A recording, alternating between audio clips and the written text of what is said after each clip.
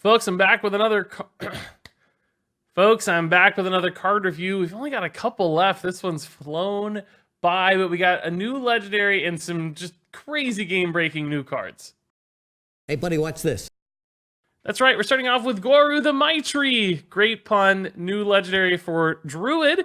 It's a 7-mana 5/10 taunt, so kind of the defensive Ancient of War right off the bat. It also has a battle cry. For the rest of the game, retreants have +1/+1. So an aura effect here that's buffing every treant you summon for the rest of the game. So they're always 2/2s by default. Now suddenly they are 3/3s instead, which is pretty significant in a tokeny druid deck that's looking to get some chip damage out, trying to create boards that are as survivable as possible. That one extra health can make a big difference, denying things like consecrations or trades. And at first when I looked at this card, I was like, oh, 7 mana is a little bit slow for that kind of game plan.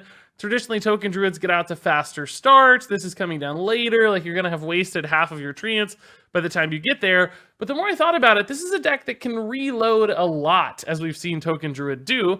Now, I don't think this would be played in the kind of token druid we saw previously, but you would put in more treant support cards, things like Mulch Muncher, for instance, and shift it perhaps a little bit more mid to late game, and just keep reloading with Forest Aid after Forest Aid after Forest Aid. And that means that Goru the Mytree probably does have time to be played, because you don't have to win on the first or even the second push like a normal aggro deck. You can kind of win on the 5th or 6th or 7th reload, and that means you might find windows to play Goru, particularly right before like a Forest Aid for 8 mana. Goru does make quite a bit of sense. So I think this card actually synergizes rather well with a treant game plan, and the real challenge for it's going to be that it might only have one expansion before things like Mulch Muncher do rotate out of standard format. I mean, maybe Mulch Muncher doesn't even make the cut, but there are a handful of different treant cards, some stuff from Witchwood, that are also leaving standard format in basically 4 months. So he has a tight window at the moment. I mean, maybe there's more stuff that's added. There's also, of course, just some classic stuff, Soul the Forest as well. So it might make sense long term, but it's one of those things where it's like, is that archetype going to work? It's very, very hard to guess. I think the likelihood is moderate at best, but I think if it works, the impact of this card is rather nice, and characteristically it does some things that fit the context of Druid and certainly offers a power level boost that would make that deck more relevant than if this card didn't exist. So all in all, it looks pretty solid. Moving on here to Reinforcements, another great pun here for Druid. This is a new 1-mana choose 1 spell. You can either give a minion +2 health or summon a 2/2 treant. Now, +2 health here, not very exciting, does not compare very favorably to things like Power Word Shield. I think only rarely would you ever choose that over the 2/2 if you're looking for like an exact value trade of some sort, but a 2/2 for 1 mana we know is pretty solid. We saw in the past the Druid Enchanted Raven was a playable card. It got ran in token Druid decks. Now, unfortunately for Reinforcements, I don't know that this makes sense in a treant deck. Like I said previously, I think those play maybe more mid-game, and a 1-mana spell to flex in probably isn't all that helpful to just get like one extra 2/2 or 3/3. Certainly it's still going to be a 2/2 on turn 1 because you won't have had time to play Goru just yet. And although most aggro decks love to get good 1-drops out onto the field, in this case, I don't think it's a true aggro deck. So getting the 1-drop out may not matter as much. They might just rather run some kind of mid-game spell or control spell, get that extra swipe or wrath in the deck. That's how you keep up early. Then you start pressuring late. And I don't really think there's a lot of Quest Druid application here either. This is not nearly as strong or strong enough to make the cut in a Quest Druid list. So I'm left wondering who really plays this and why they might play this, which means I don't think this is going to be an awesome card. So up next here, we have Embiggen, a new 0-mana spell for Druid that gives all minions in your deck +2/+2. And those cost 1 additional mana, up to 10 mana. So if something costs 10 mana initially, it would stay at 10 mana while getting the buff. Everything else is going to jump up in mana cost, which theoretically is an efficient buff, because generally, for an additional mana, a vanilla minion would go up 1/1 in stats. For instance, Boulder Fist Ogre, 2 mana more than Chillwind Yeti, and 2/2 in stats extra. But this, you get the 2/2 for only the 1 mana penalty here. And of course, we've seen these deck buff cards work exceptionally well in the past with things like Prince Keleseth. That buffed your entire deck, and that was one of the most defining cards of its era. and maybe like ever in Hearthstone. So there is some historical precedence for Embiggen to make sense here. But the question is that mana penalty going to be too high of a price to pay despite its technical efficiency? And to be honest, I think it might be. And that's particularly because this is happening in Druid and not in other classes. And the reason I say that is Druid is number one, a class that is typically quite spell dependent. Even like minion-based Druid decks for things like Token Druid in the past often use spells to summon their minions. So first off, any spells don't gain the value here. That just immediately goes away. And beyond that, a lot of Druid cards are like choose one transform style effects. Think about like a War Druid Lodi, for instance. She's just going to disappear these stats anyway. It won't matter because she's transforming into a totally new minion. So from the sort of basis of the class, a lot of the key cards in the class that we've known in the past just don't really empower or work with Embiggen all that well at all. So what that means is you have to build a more minion-based token druid style, which we saw a little bit of a long time ago in the patches era. Or you have to maybe put this in like a dragon deck, and maybe you're playing like mid-range dragons and you're just trying to overwhelm with stats on board. But I still think the mana cost problem here is gonna be a big deal. I think effects are where a lot of value comes from Hearthstone cards. So, you know, what their card text says, not from their raw stats. And the card text isn't going to be changing with Embiggen, right? But the card text is going to be more expensive. So things like Battlecry minions, the Battlecry doesn't get any better. And of course, Druid maybe isn't a Battlecry class, but various cards with various texts. This doesn't really interact with those texts. So it's kind of like, yeah, I look at this and at first I was like, oh my God, this is mind-blowing. This is crazy strong. But the more and more I think about it, I think it has some definite challenges to overcome in its class. I don't know exactly what kind of deck wants to run this. You know, like maybe a Spiteful Summoner Druid would be the perfect archetype for this. But of course, Spiteful Summoner left us a long time ago. So in standard format right now, I'm left a little bit questioning this one. Now, that said, I'm not saying it doesn't have potential. It definitely does. It's doing something big, and it's very efficient to play this card itself. So there is a world where, like, yes, this works. And by the way, I know it's a 0 mana spell in Spiteful Summoner. I'm not saying literally Spiteful Summoner. I'm saying a heavily minion-based deck. I know the YouTube comments are already out there. The fact that you're commenting it means you didn't watch the video, and I'm going to gotcha you later. Gotcha. So anyway, not a good fit, perhaps, for the class, at least right now. A lot of stuff to overcome for this one, so a solid card with potential, but probably not one that really gets played much. Next up here, we have Plate Breaker. It's a 5 mana 5/5, and it's a neutral card. And the battle cry reads, destroy your opponent's armor. So just all of their armor's gone. And I'll be honest, I've seen custom cards like this where I was like, no, that's too big. That can't happen. I've seen custom cards with like destroy 10 of your opponent's armor, and I'm like, I don't know, that's pushing things a little too far already.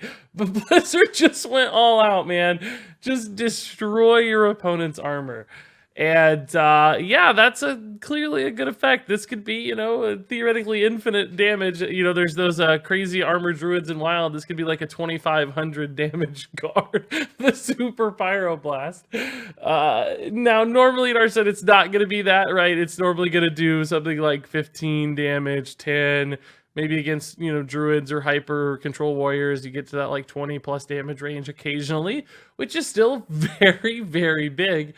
And a ton of damage. And in particular, combo decks that are reliant on some set amount of damage, think about like Holy Wrath Paladin, who has actual numbers they cap their damage at. A card like this could be really nice, because it means you don't have to worry about the warrior suddenly getting to 52 health and you just lose the game. It's like really hard to win, because you have to stick minion damage.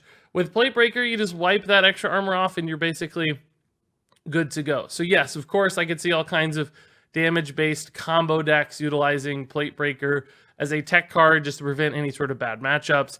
Now, in general, Hearthstone, this probably doesn't make most deck lists, to be clear. Like, it's kind of a self-policing issue where if big armor cards become prominent, then Plate Breaker might get splashed into a deck here and there, maybe a control deck or a Highlander deck that can fit the spot. And then those armor decks go away, and then Plate Breaker probably goes away, and it's just kind of this back and forth. So Definitely a card that will occasionally pop into decks. There's certainly a home for it in combo decks as well. Clearly an incredibly strong effect. So this one we'll see eventually at some point.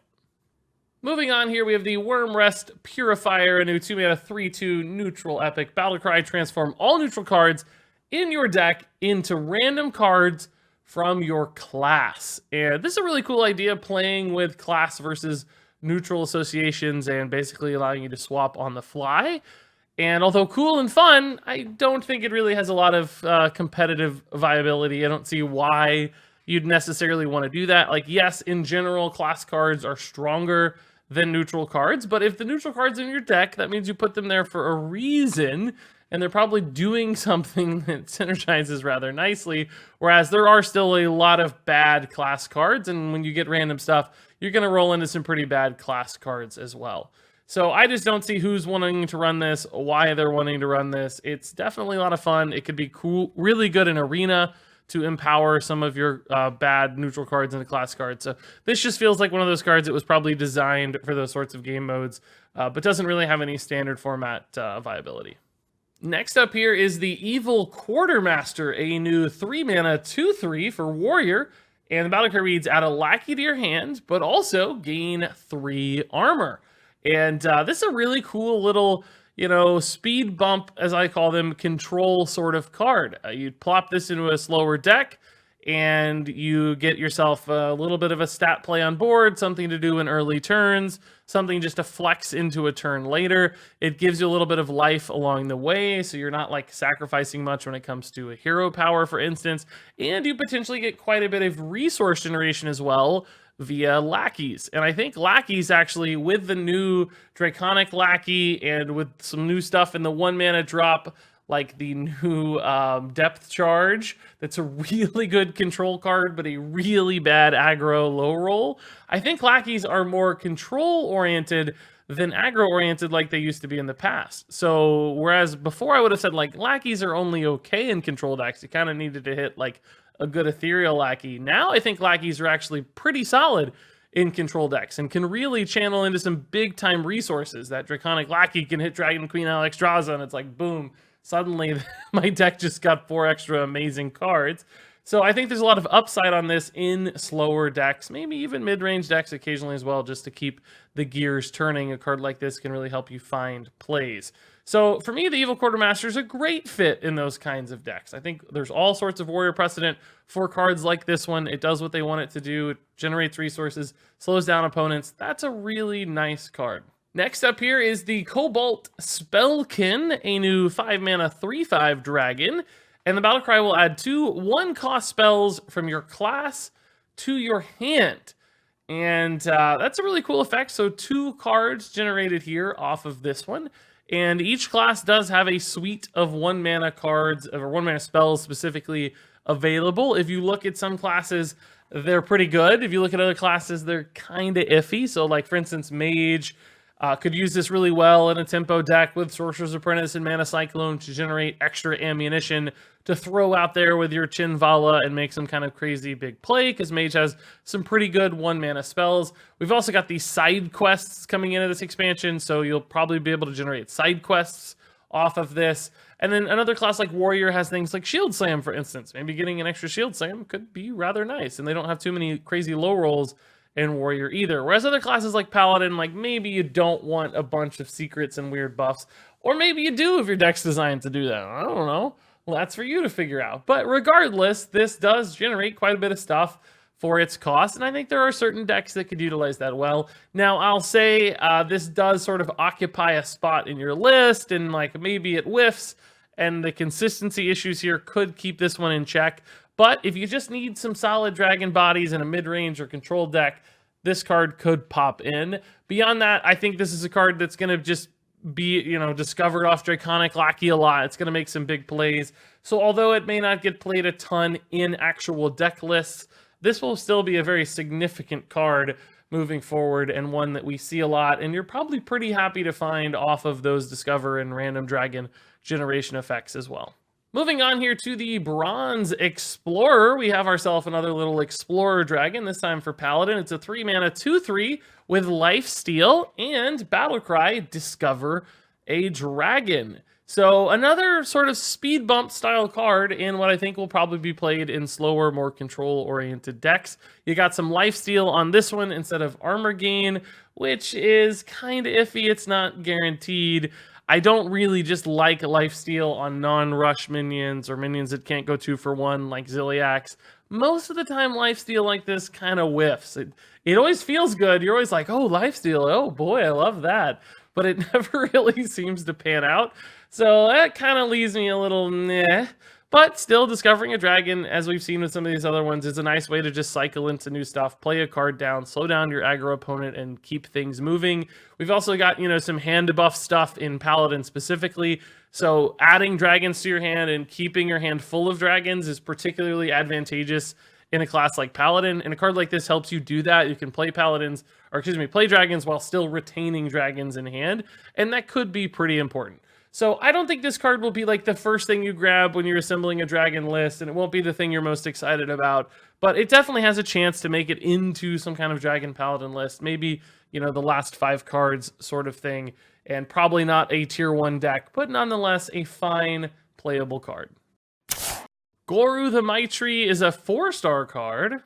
Tree Enforcements is a 2-star card. Embiggen is a 3-star card. Plate Breaker is a 4-star card. Wormrest Purifier is a 2-star card. Evil Quartermaster is a 4-star card. Cobalt Spell Kin is a 3-star card. Bronze Explorer is a 3-star card.